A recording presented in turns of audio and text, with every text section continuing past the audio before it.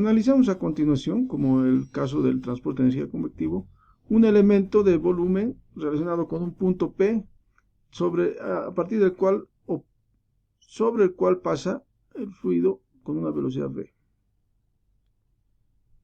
Este punto P se define dentro de un sistema de coordenadas x, y, z.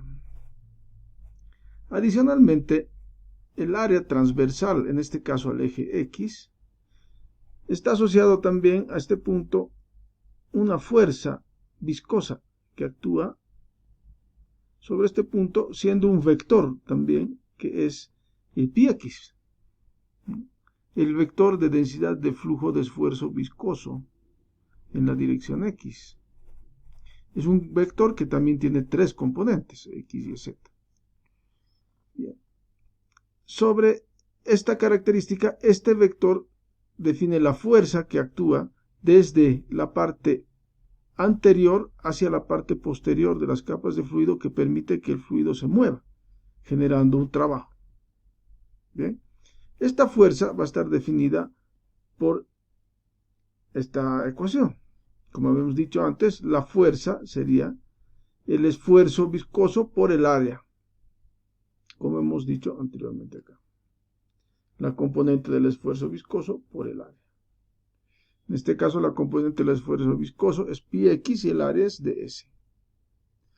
Ahora, si nosotros queremos analizar la tasa de producción de trabajo, la tasa de realización de trabajo, tengo que multiplicar la fuerza por la velocidad del desplazamiento. Entonces, la fuerza tengo que aplicarla a la velocidad del desplazamiento, que sería este.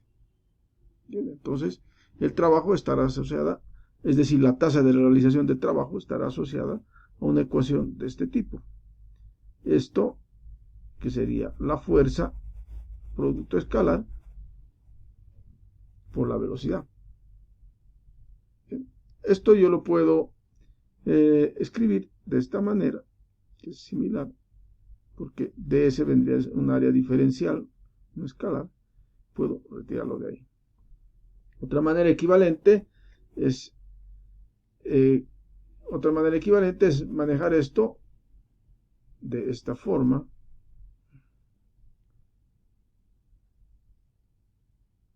En x ds. Bien. Entonces, esta es la tasa de realización de trabajo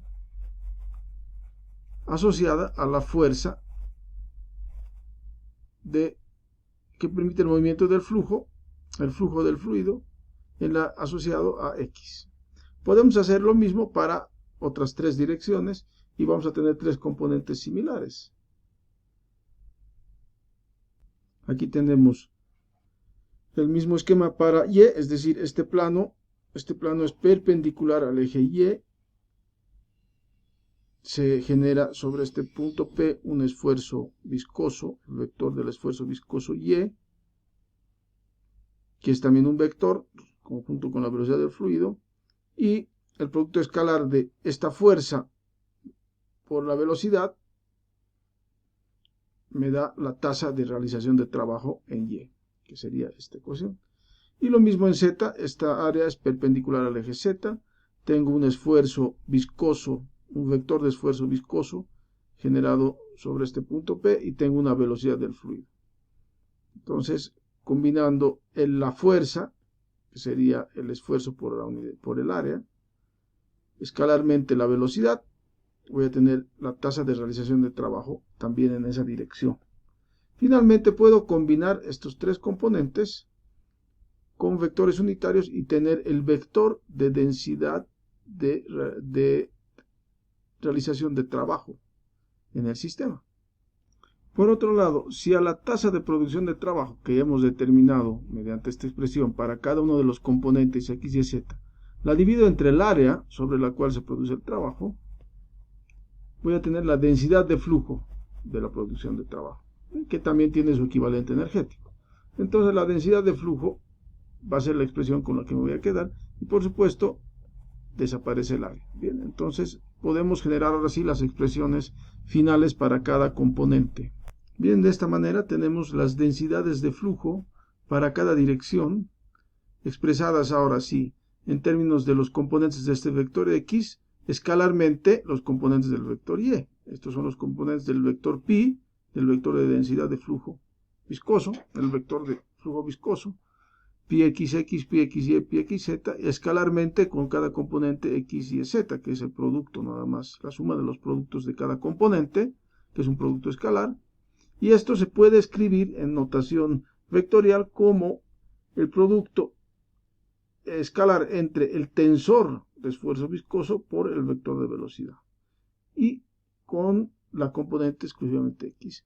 Lo mismo podemos escribir para y y para z. ¿Bien?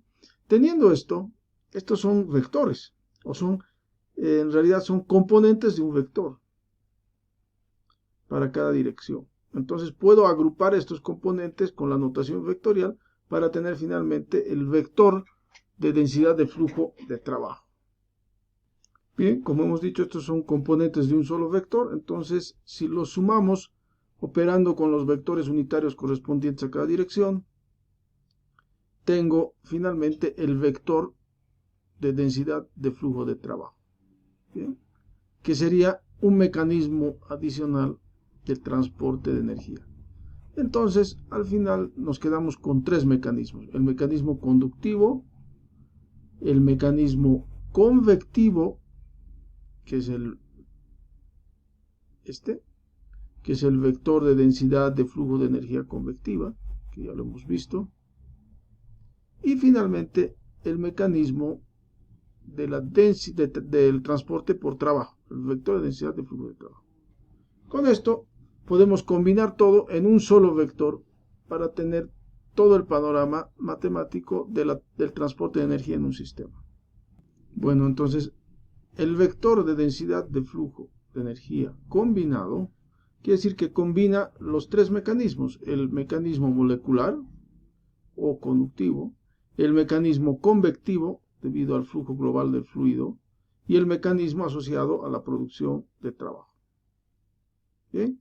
Ahora esto lo vamos a escribir de una manera un poco más práctica, en términos de no manejar la energía interna, sino manejar la entalpía, por ejemplo, y el tensor de esfuerzo viscoso lo podemos disociar en la presión y el esfuerzo molecular.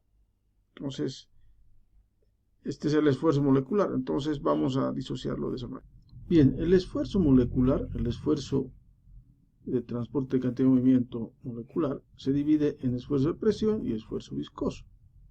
Por lo tanto, al desarrollar esto en el componente del trabajo, reemplazando acá, esto me queda PV más el producto escalar, el vector correspondiente al producto escalar del tensor de esfuerzo viscoso con la velocidad.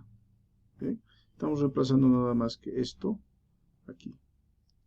Ahora lo que podemos hacer es desarrollar un poquito este término. Esta velocidad la vamos a distribuir dentro del paréntesis. Nos queda este término acá. Nos queda la densidad por la energía interna por el vector de velocidad. Y este término vamos a quedarnos por el momento solamente con PV para hacer un poquito de álgebra y unir estos dos términos. Bien, desarrollando este paréntesis que hemos dicho acá, o sea, lo mismo que desarrollar este paréntesis, desarrollándolo así y escribiendo el vector de densidad de flujo combinado, sería el aporte conductivo más el paréntesis que está desarrollado acá, más el trabajo. Ahora, este término, solamente estos dos términos, podemos trabajarlos así. De acá puedo factorizar la densidad. Sería la energía interna más P sobre la densidad, es decir, si opero esto me va a dar lo mismo que acá, factorizando la velocidad. Ahora opero aquí adentro la densidad por la energía interna más P, 1 sobre la densidad, es el volumen específico por la velocidad. Este término no es nada más que la entalpía.